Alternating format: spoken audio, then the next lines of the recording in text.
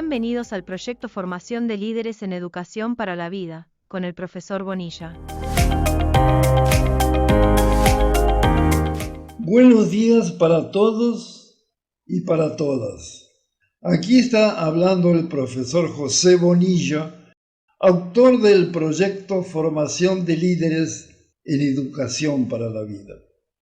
En el audio anterior prometimos entrar a caracterizar esa visión holística, o sea, definirla mejor, porque hasta ahora hemos tenido apenas una introducción al asunto. Bien, la palabra holística viene de holos, del idioma griego, que significa totalidad. O sea, la visión holística se refiere a una comprensión de la realidad en función de totalidades integradas, cuyas propiedades no pueden ser reducidas a unidades menores sin perder la esencia que la caracteriza. Por ejemplo, ver una empresa apenas como fuente generadora de lucros y en todo caso de empleos es un enfoque analítico, por lo tanto parcial. Verla, en cambio, como un componente del ecosistema social ya es otra cosa. Eso es una percepción holística. O sea, vemos el conjunto y no la parte. Naturalmente que la parte va a ser considerada posteriormente. Del mismo modo, mirar un bosque y ver en él algunos árboles suficientemente interesantes como para derribarlos y lucrar con eso, es también una percepción analítica.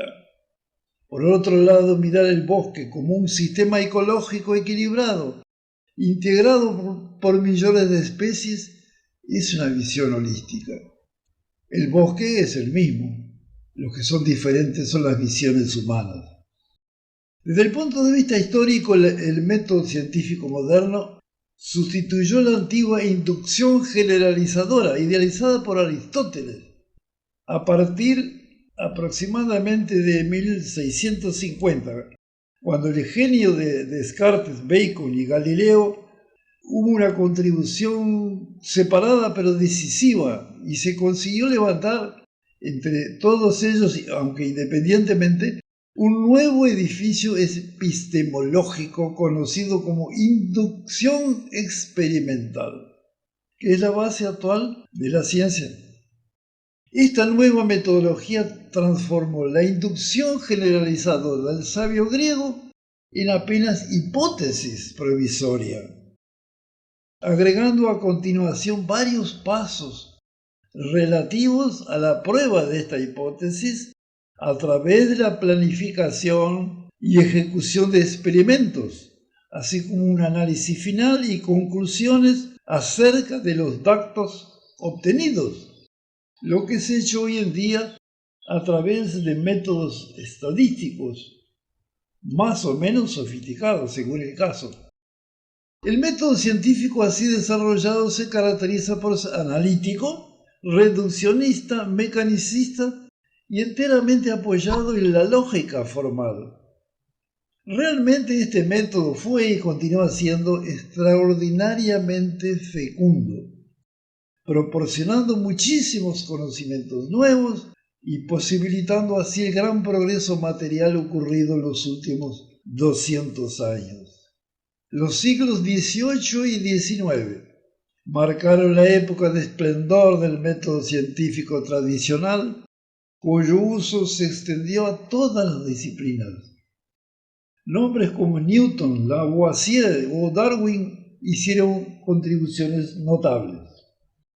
Inventores, tecnólogos e industriales llevaron los nuevos conocimientos científicos a su transformación en objetos concretos de uso cotidiano, que condujeron la sociedad clásica tradicional a la actual sociedad moderna. Pero ya en la mitad del siglo XIX, o sea, hace 70 años, se comenzó a percibir que las leyes de la física, que parecían inmutables, universales y aplicables a todo tipo de cuerpos, comenzaban a tener excepciones, fenómenos a los cuales no eran aplicables partículas que no encajaban en el esquema general. Poco a poco los espíritus más intrépidos fueron comprendiendo que ni el universo, ni la tierra, ni la naturaleza, ni los seres vivos individualmente considerados eran máquinas gigantescas, grandes o pequeñas. Lo que comenzó a quedar claro cada vez más es que el método científico, también llamado cartesiano, era capaz de descubrir muchas cosas acerca de la vida, pero no lo que ella es. Estas ideas eran desarrolladas por una minoría esclarecida que nadaba contra la corriente, por eso el nombre de herejes, enfrentando una feroz resistencia de los detentores de la autoridad científica. En el siglo XX la situación empeoró. Ya se amontonaban las pruebas de que un enfoque mecanicista, reduccionista y apenas apoyado en la lógica formal no podría abordar con suceso nuevos campos de conocimiento. En la ciencia más avanzada, la física, en su nivel más profundo, el subatómico, la situación se volvió insustentable. El mundo de las partículas atómicas era incomprensible y paradojal si analizado con los padrones vigentes. Pero después de unos 20 años de tropiezos, sufrimientos y frustraciones de todo tipo, los más renombrados especialistas tuvieron que rendirse frente a la evidencia. La base referencial del método cartesiano es insuficiente para comprender los secretos que habitan dentro del átomo. A partir de este desarrollo de la nueva física es que se abrió camino para que el enfoque holístico fuese aplicado a otras áreas. Ahora bien, este enfoque no es patrimonio de científicos especializados con diplomas de postdoctorado. Él puede ser aplicado a una infinidad de problemas y situaciones, muchos de ellos de naturaleza completamente práctica, como por ejemplo asistencia a la salud, a la economía, a la tecnología, a la agricultura, la educación, etc. Así, por ejemplo, en términos de energía, la concepción holística nos conduce a recursos naturales abundantes y descentralizados. La energía solar y la eólica, en lugar de la enorme centralización actual de las usinas termoeléctricas, hidroeléctricas o termonucleares, concentradoras de energía, sí, pero también y sobre todo de poder. El enfoque holístico nos lleva también a la agricultura ecológica, sin agrotóxicos ni fertilizantes químicos solubles. Del mismo modo nos conduce a otros tipos de medicina y de alimentación. Y finalmente, en el conjunto, a una nueva forma de vivir más auténtica y más de acuerdo en la posición que el ser humano ocupa en la escala evolutiva.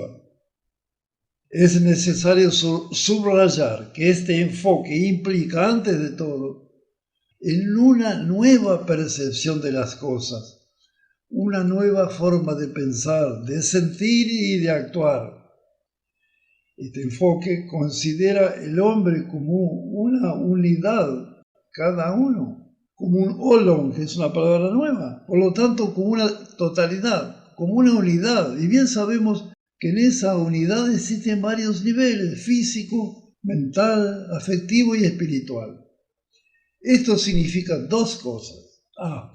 El enfoque holístico no tiene la pretensión de sustituir el método científico, y sí de enriquecerlo a través de una síntesis de ambos. El enfoque holístico pretende sí sustituir el racionalismo falso, el racionalismo irracional que prevalece en nuestra sociedad. En efecto, se dice que nuestra sociedad está basada en la racionalidad, pero esto es falso.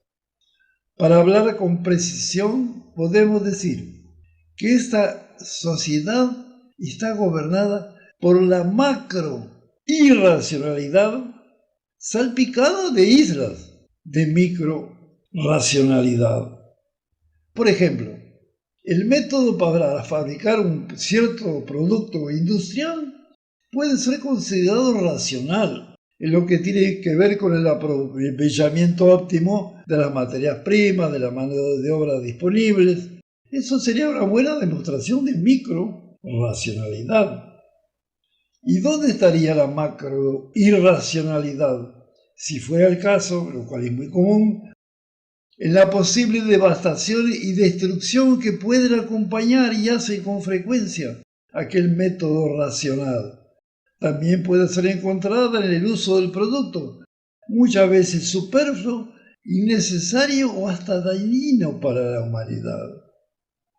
La micro-racionalidad de nuestra sociedad, oriunda del sistema económico que prevalece, puede también ser encontrado cuando contabiliza por un lado la cantidad de alimentos producidos, por otro los gastos de servicio de salud y por otro con la producción de armas de guerra. Pero su macro-irracionalidad global se manifiesta cuando combina todo esto en un índice, el Producto Bruto Nacional, y se satisface con valores cada vez más altos del mismo, sin interesarse si determinada contribución a ese Producto Bruto Nacional, digamos $1.000.000, corresponde a una parte de un tanque de guerra o a 1.000 toneladas de pan. La macro-irracionalidad llega a su cenit, a su punto máximo, cuando miles de millones de personas pasan hambre y todo tipo de privaciones, mientras que algunas decenas de miles viven en un lujo y derroche indescriptible, hasta organizando desfiles de perros adornados con carísimas ropas y joyas.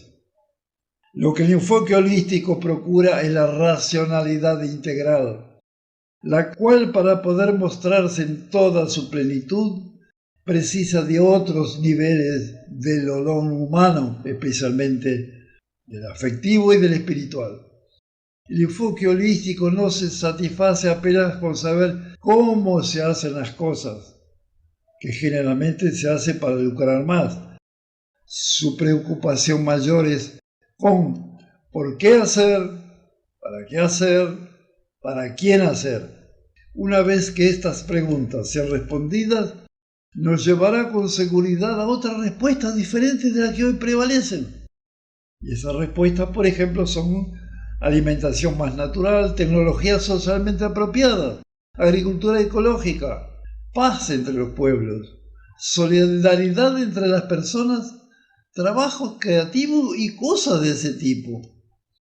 Es extremadamente ilustrativo resaltar que el enfoque holístico lleva al ramo más avanzado de la ciencia moderna, la física subatómica, a través de sofisticadísimos experimentos conducidos en inmensos aceleradores de partículas de kilómetros de largo, a percibir que el universo, en su esencia subyacente, es una unidad.